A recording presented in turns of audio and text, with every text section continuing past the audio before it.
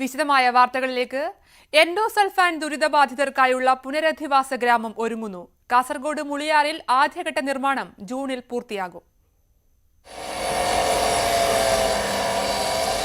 മൂളിയാറിൽ നിർമ്മാണം ആരംഭിച്ച എൻഡോസൾഫാൻ പുനരധിവാസ വില്ലേജിന്റെ ആദ്യഘട്ടം ജൂണിൽ പൂർത്തിയാകും. എൻഡോസൾഫാൻ ഇരകളായവർക്ക് സൗകര്യങ്ങൾ ഉറപ്പുവരുത്തുന്ന പുനരധിവാസ വില്ലേജാണ് ഒരുക്കുന്നത്. തെറാപ്പി സൗകര്യങ്ങളുള്ള കേന്ദ്രമാണ് വിഭാവനം ചെയ്തിട്ടുള്ളത്. മാസ്റ്റർ പ്ലാൻ തയ്യാറാക്കാൻ നിർദ്ദേശം നൽകിയതായി പദ്ധതി പ്രദേശം സന്ദർശിച്ച് നിർമ്മാണ പുരോഗതി വിലയിരുത്തിയ മന്ത്രി ആർ ബിന്ദു പറഞ്ഞു. ഒന്നാം ഘട്ടം എന്നുള്ള നിലയിൽ ഹൈഡ്രോതെറാപ്പി, ക്ലിനിക്കൽ സൈക്കോളജിസ്റ്റിൻ്റെ സേവനം, കൺസൾട്ടിംഗ് റൂം ഇത്യാദിയായിട്ടുള്ള കാര്യങ്ങളാണ് ജൂൺ മാസത്തോടെ സജ്ജമാകുക. തുടർന്ന് എല്ലാവിധത്തിലുള്ള തെറാപ്പി സൗകര്യങ്ങളുമുള്ള ഒരു കേന്ദ്രമായിട്ട് നമുക്ക് ഇതിനെ തൊട്ടടുത്ത വർഷം തന്നെ മാറ്റേണ്ടതുണ്ട്. പുനരധിവാസ വില്ലേജിന്റെ ഒന്നാം ഘട്ടത്തിൽ clinical psychology block, consulting and hydrotherapy block എന്നിവയാണ് പൂർത്തിയാക്കുന്നത്. ഊരാളുങ്കൽ ലേബർ കോൺട്രാക്ട് സഹകരണ സംഘമാണ് നിർമ്മാണം ഏറ്റെടുത്ത് നടത്തുന്നത്. നിലവിൽ സൈറ്റ് ലെവലിംഗ് പൂർത്തിയായിട്ടുണ്ട്. 2 ബ്ലോക്കുകളുടെയും ഫൗണ്ടേഷൻ പണികൾ പുരോഗമിക്കുകയാണ്. സമയബന്ധിതമായ നിർമ്മാണ പൂർത്തീകരണം ആവശ്യപ്പെട്ടാണ് മന്ത്രി മടങ്ങിയത്. ന്യൂസ് 18 കാസർഗോഡ്. കോഴിക്കോട് വടകര പുറങ്കരയിൽ കടലിൽ കാണാതായ യുവാവിന്റെ മൃതദേഹം കണ്ടെത്തി. രേരോത്ത് സ്വദേശി ഫൈജാസ് ആണ് മരിച്ചത്. ഇന്നലെ വൈകിട്ട് മുതലാണ് യുവാവിനെ കാണാതായത്. ഇന്ന് ഉച്ചയ്ക്ക് ശേഷമാണ് മൃതദേഹം കിട്ടിയത്. പുറങ്കരയിലെ ഒഞ്ചിയം രക്തസാക്ഷി സ്തൂപത്തിനു സമീപം തീരക്കടലിൽ ഞണ്ട് പിടിക്കാൻ ഇറങ്ങിയപ്പോഴായിരുന്നു അപകടം.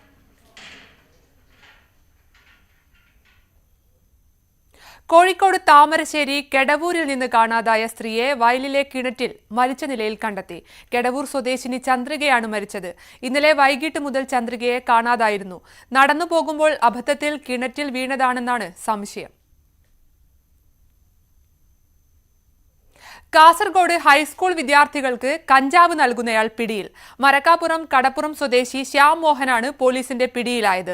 ഇയാൾ കാഞ്ഞങ്ങാട് തീരദേശത്തുള്ള സ്കൂളിലെ വിദ്യാർത്ഥിയെ നിർബന്ധിച്ച് കഞ്ചാവ് ഉപയോഗിപ്പിച്ചു എന്നായിരുന്നു പരാതി. മയക്കുമരുന്ന് വിൽപ്പനയുമായി ബന്ധപ്പെട്ട് ഇയാൾക്കെതിരെ പോലീസിലും എക്സൈസിലുമായി 8 കേസുകൾ നിലവിലുണ്ട്. ഡിവൈഎസ്പി പി ബാലകൃഷ്ണൻ നായരുടെ നേതൃത്വത്തിലുള്ള സ്ക്വാഡാണ് പ്രതിയെ അറസ്റ്റ് ചെയ്തത്. കൊല്ലം കുളത്തൂപ്പുഴയിൽ തെരുവ് നായ ആക്രമണം, നിരവധി പേർക്ക് പരുക്ക്. ക്ഷേത്ര മൈതാനത്ത് അയ്യപ്പ ഭക്തരടക്കം 7 പേരെ തെരുവ് നായ ആക്രമിച്ചു. 7 പേരെയും കുളത്തൂപ്പുഴ സർക്കാർ ആശുപത്രിയിൽ എത്തിച്ചു. രക്ഷിക്കാനെത്തിയ പോലീസുകാർക്കും നാട്ടുകാർക്കും നേരെയും നായ പാഞ്ഞെടുത്തു. ക്ഷേത്രത്തിൽ കഴിഞ്ഞ 2 ദിവസമായി വലിയ ഭക്തജന തിരക്കാണ്.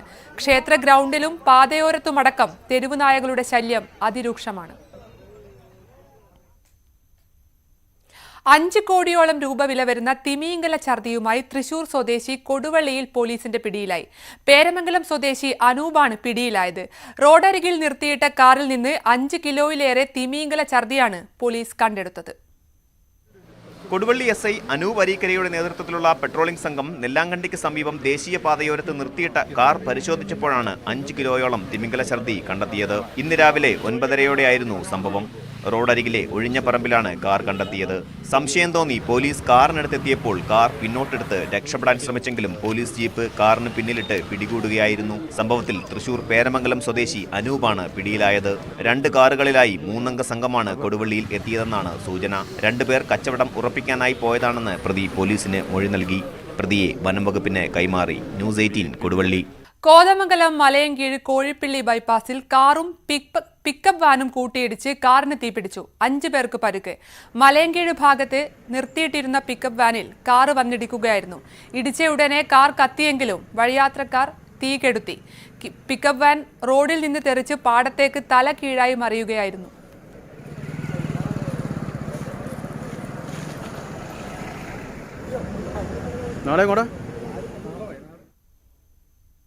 തിരുവനന്തപുരം കിളിമാനൂർ പുളിമാന്ത് കാൽനട യാത്രക്കാരനെ സ്കൂട്ടർ ഇടിച്ച് തെറിപ്പിച്ചു. 2 പേർക്ക് പരിക്ക്. ഇവരെ വെഞ്ഞാറമൂടുള്ള സ്വകാര്യ ആശുപത്രിയിൽ പ്രവേശിപ്പിച്ചു. കാൽനട യാത്രക്കാരന്റെ നില ഗുരുതരമാണ്.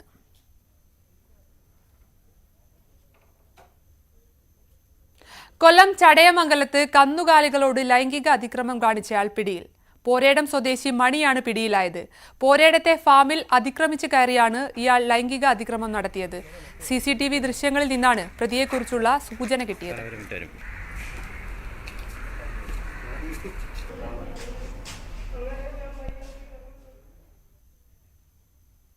മലപ്പുറം മൂർക്കനാട് നീലാമ്പറമ്പ് കുടിവെള്ള പദ്ധതിയുടെ പമ്പിംഗ് ടാങ്കിന് സമീപം വിഷം കലക്കിയെന്ന പരാതിയിൽ മീൻപിടുത്തക്കാരെ കസ്റ്റഡിയിലെടുത്തു.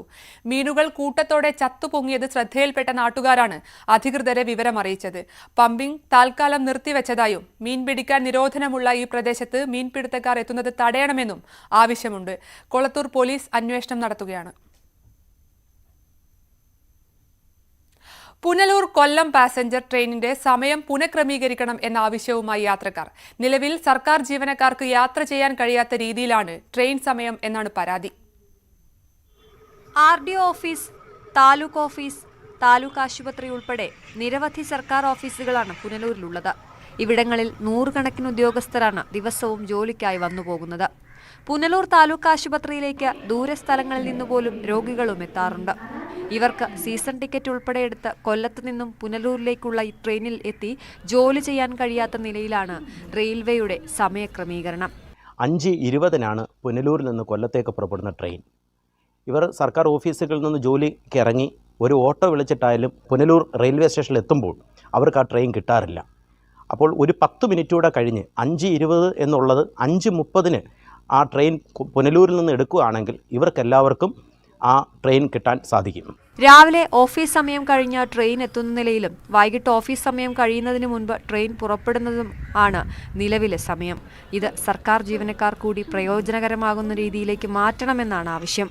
ന്യൂസ് 18 പുനലൂർ.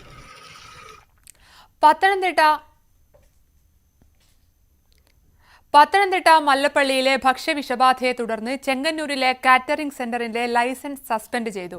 അവൻ ഫ്രഷ് എന്ന കാറ്ററിംഗ് സെന്ററിന്റെ ലൈസൻസാണ് സസ്പെൻഡ് ചെയ്തത്. ആലപ്പുഴ ജില്ലയിലെ ആരോഗ്യ വിഭാഗം ഭക്ഷണ സാമ്പിളുകൾ ശേഖരിച്ചു. ഭക്ഷ്യവിഷബാധയിൽ കാറ്ററിംഗ് മാനേജറെ പ്രതി ചേർത്തു. പൊതുശല്യം, മായം ചേർക്കൽ, രോഗം പടരാനിടയാക്കിയ അശ്രദ്ധ എന്നീ വകുപ്പുകൾ ചുമത്തിയാണ് കേസെടുത്തിട്ടുള്ളത്. വിരുന്നിൽ പങ്കെടുത്ത 100ഓളം പേർക്ക് ഭക്ഷ്യവിഷബാധ ഏറ്റതായും FIR-ൽ പറയുന്നു.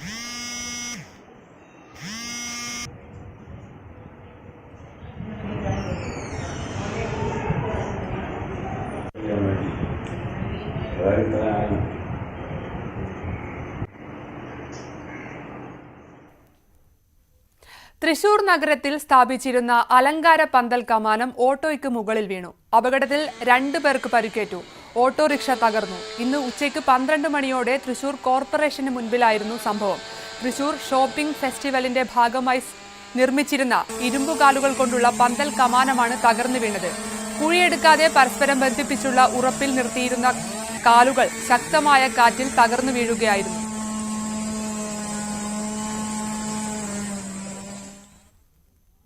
കൊട്ടാരക്കര നഗരസഭാ ചെയർമാൻ A. ഷാജു രാജിവെച്ചു.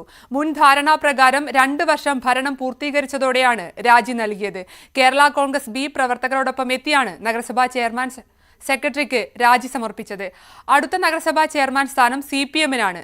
കേരള കോൺഗ്രസ് Bക്കും CPM-നും 2 വർഷവും CPI-ക്ക് 1 വർഷവുമാണ് നഗരസഭാ ഭരണത്തിനായി ധാരണയുള്ളത്. കോഴിക്കോട് ഇരിങ്ങലിൽ സിറിയൻ കലാകാരന്മാരുടെ കരകൗശല ചിത്ര പ്രദർശനം ശ്രദ്ധ നേടുന്നു. ബോംബ് വീണ് തകർന്ന കെട്ടിടങ്ങളുടെ ചിത്രങ്ങളും മരത്തടിയിലും മറ്റും തീർത്ത ഉൽപ്പന്നങ്ങളുമാണ് സർഗാലയിലെ പ്രധാന ആകർഷണം.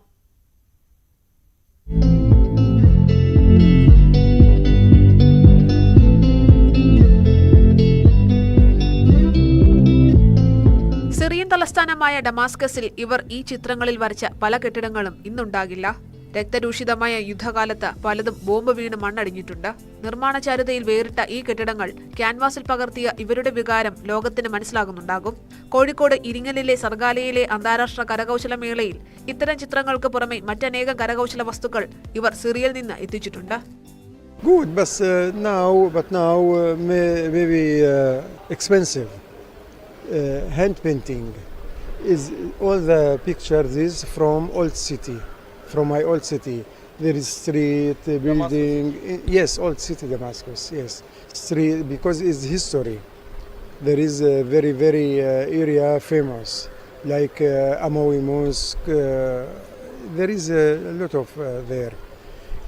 This picture from this area. കരകൗശല രംഗത്തിന് വലിയ പിന്തുണയൊന്നും സിറിയയിൽ സർക്കാരിന്റെ ഭാഗത്തു നിന്ന് ലഭ്യമാകാറില്ല. എന്നാൽ ലോകത്തിന്റെ വിവിധ ഭാഗങ്ങളിലെ പിന്തുണ തന്നെയാണ് ഇവർക്ക് ഊർജ്ജം പകരുന്നത്. ന്യൂസ് 18 കോഴിക്കോട്. നാട്ടുവർത്തമാനത്തിൽ ഇനി കാർഷിക കേരളം.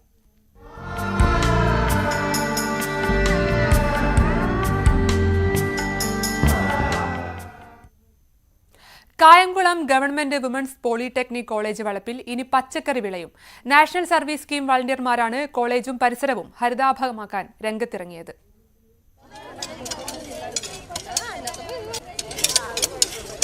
സംസ്ഥാന സർക്കാരിന്റെ ഞങ്ങളും കൃഷിയിലേക്ക് പദ്ധതിയുടെ ഭാഗമായാണ് തൈകൾ എത്തിച്ചത്.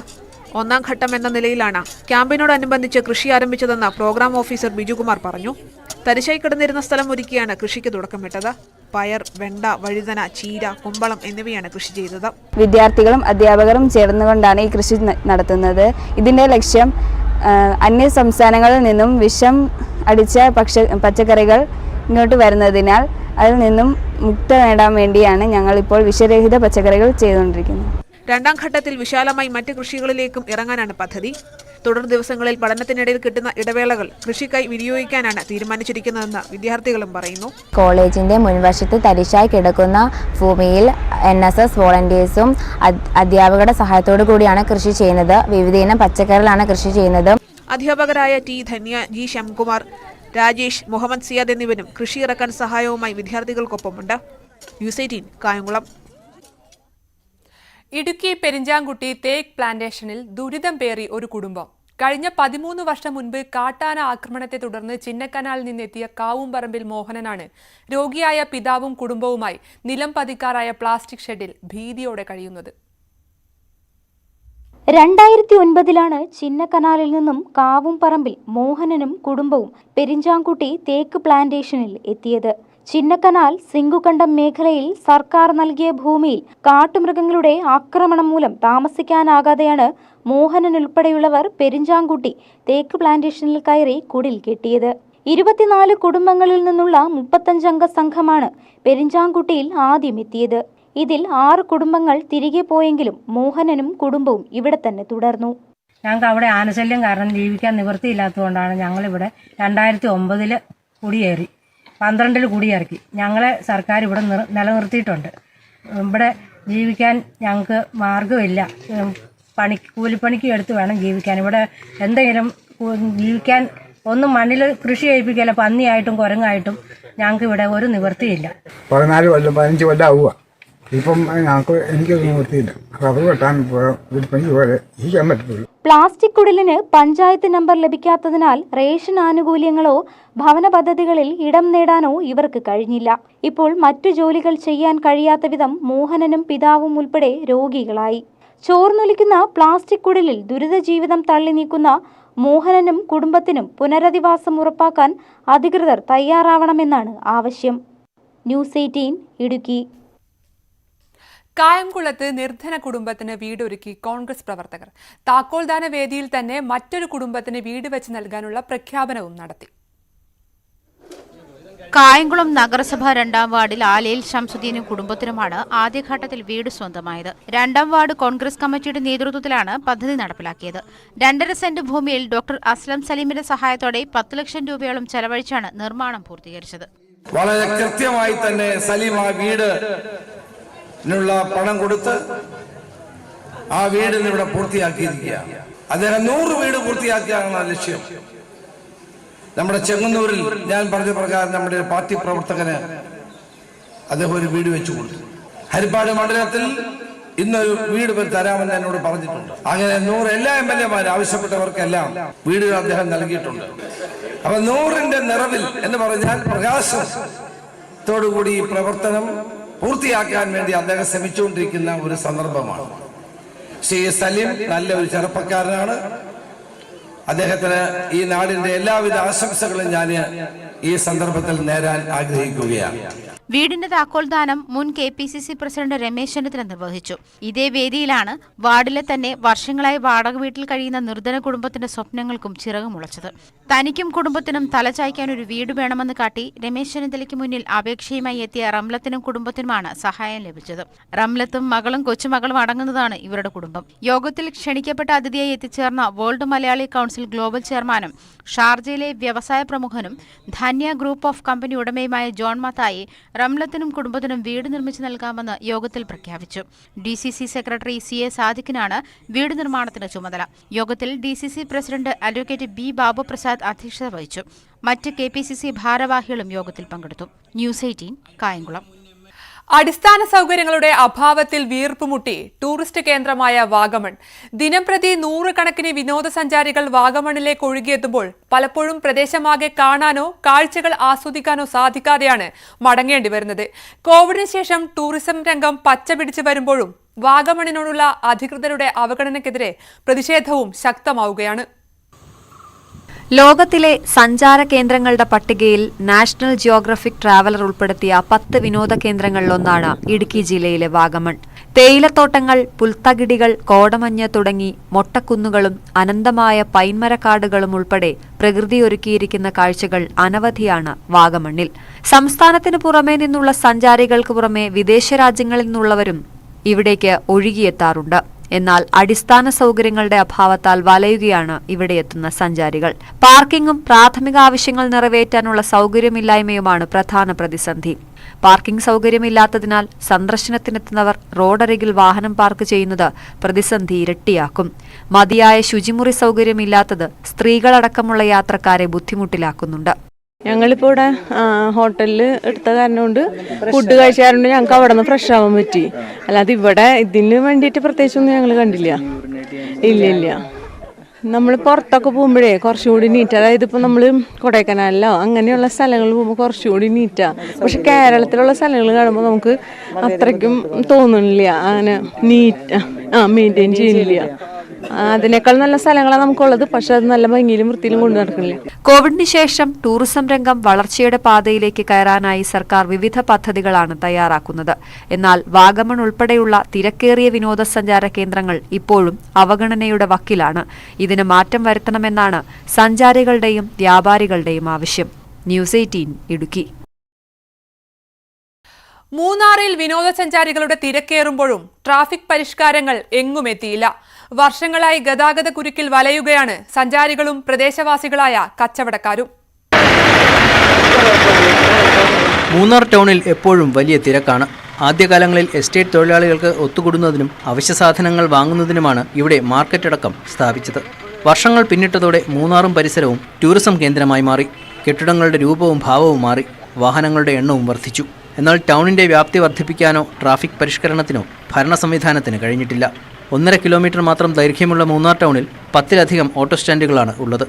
ഇതുകൂടാതെ ജീപ്പ്, ടാക്സി സ്റ്റാൻഡുകളുടെയും സ്ഥാനം ടൗണിൽ തന്നെയാണ്. വഴിയോരങ്ങളിൽ അലക്ഷ്യമായി നിർത്തിയിടുന്ന വാഹനങ്ങൾ വേറെയും. പ്രശ്നങ്ങൾ സങ്കീർണമായതോടെ കടകളിൽ ജോലിക്കെത്താൻ കഴിയാത്ത സാഹചര്യമാണെന്ന് തൊഴിലാളികൾ പറയുന്നു. கரெக்டான சமயத்தில் மூணாருக்கு எங்களால் வேலைக்கு வர முடியல. வேலை முடிஞ்ச உடனே சரியான நேரத்தில் எங்களுக்கு வீட்டுக்கு போக முடியல. மொத்தம் டிராஃபிக்கு. இதை உடனடியாக இங்கே உள்ள பஞ்சாயத்தும் சரி, இங்கே உள்ள டிராஃபிக் கமிட்டியும் சரி உடனடியாக இதனுடைய சரி செஞ்சு கொடுக்கணும். எங்களுக்கு 2 வீலர் பார்க்கிங் மூணாറിல் கம்பல்சரியாக எவ்வளோ சீக்கிரம் ஒதுக்கி கொடுக்கணுமோ அவ்வளோ சீக்கிரம் ஒதுக்கி കൊടുക്കണം. വിനോദസഞ്ചാരികളുടെ ഇഷ്ടകേന്ദ്രമായ മൂന്നാറിൽ ഇത്തരം പ്രശ്നങ്ങൾക്ക് ശാശ്വത പരിഹാരം കാണുന്നതിന് പഞ്ചായത്ത് ഭരണസമിതിക്കോ അധികൃതർക്കോ സാധിച്ചിട്ടില്ല. സഞ്ചാരികൾക്കും കച്ചവടക്കാർക്കും ഒരുപോലെ ദുരിതമാകുന്ന പ്രശ്നം ഇനിയെങ്കിലും പരിഹരിക്കണമെന്നാണ് ആവശ്യം. ന്യൂസ് 18 മൂന്നാർ. വടകരയിൽ രാത്രികാലങ്ങളിൽ സാമൂഹ്യ വിരുദ്ധ ശല്യം രൂക്ഷമാകുന്നു. ഇരുട്ടിന്റെ മറവിൽ അക്രമ സംഭവങ്ങൾ ആവർത്തിച്ചിട്ടും ഒരു സുരക്ഷാ ക്രമീകരണങ്ങളും ഒരുക്കിയിട്ടില്ലെന്നാണ് പരാതി. കഴിഞ്ഞ ദിവസം വ്യാപാരി കൊല്ലപ്പെട്ടതോടെ ആശങ്കയിലാണ് പ്രദേശവാസികൾ.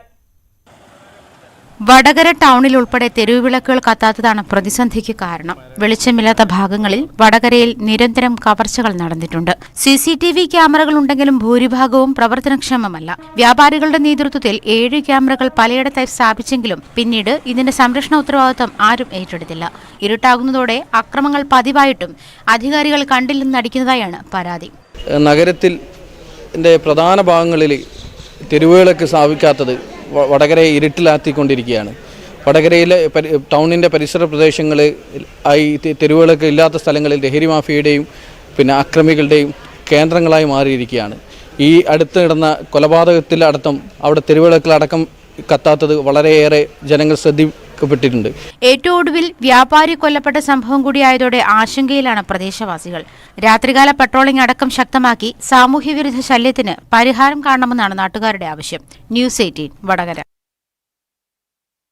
നാട്ടുവർത്തമാനം പൂർണ്ണമാകുന്നു. നമസ്കാരം.